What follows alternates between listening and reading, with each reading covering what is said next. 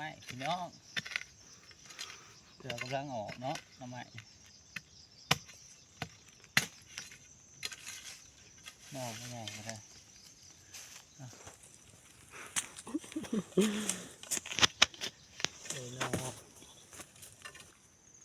หน่อไม้เด้อทุกคนหน่อไม้ไผ่ใหม่เห็นบ่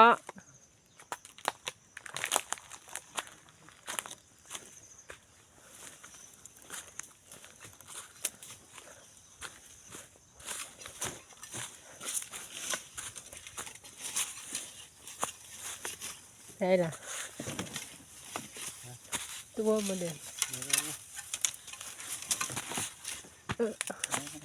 ไม่น้อง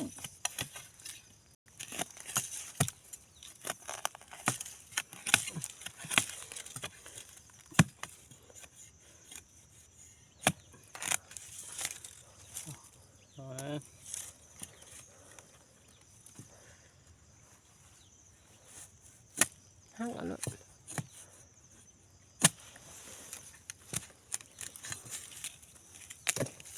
สอง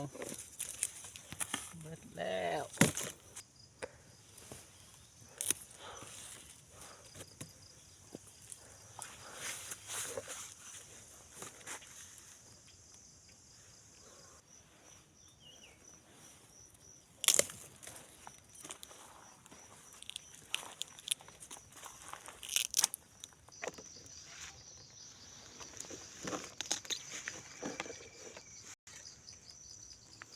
หน่อไม้หน่อไม้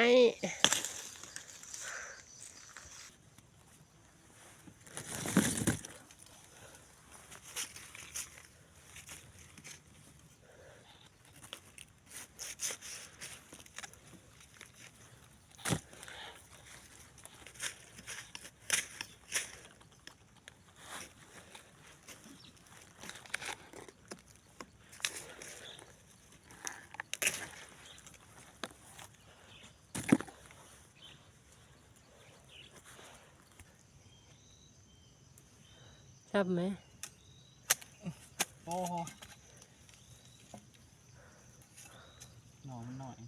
มาค่ะยังนอนยังยืนนี่หน่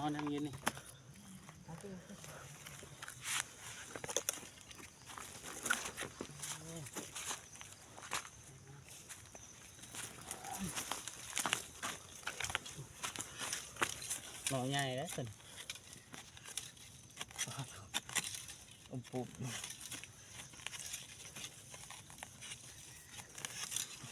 เห็นคนนำ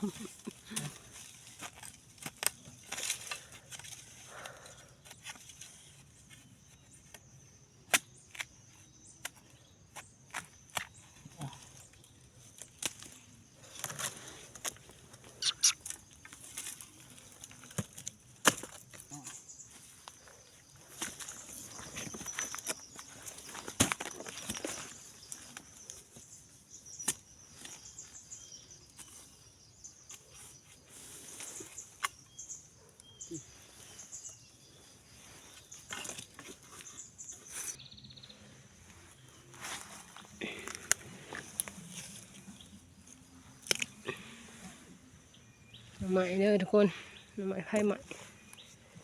มาแต่เช้าๆมาเนี่ย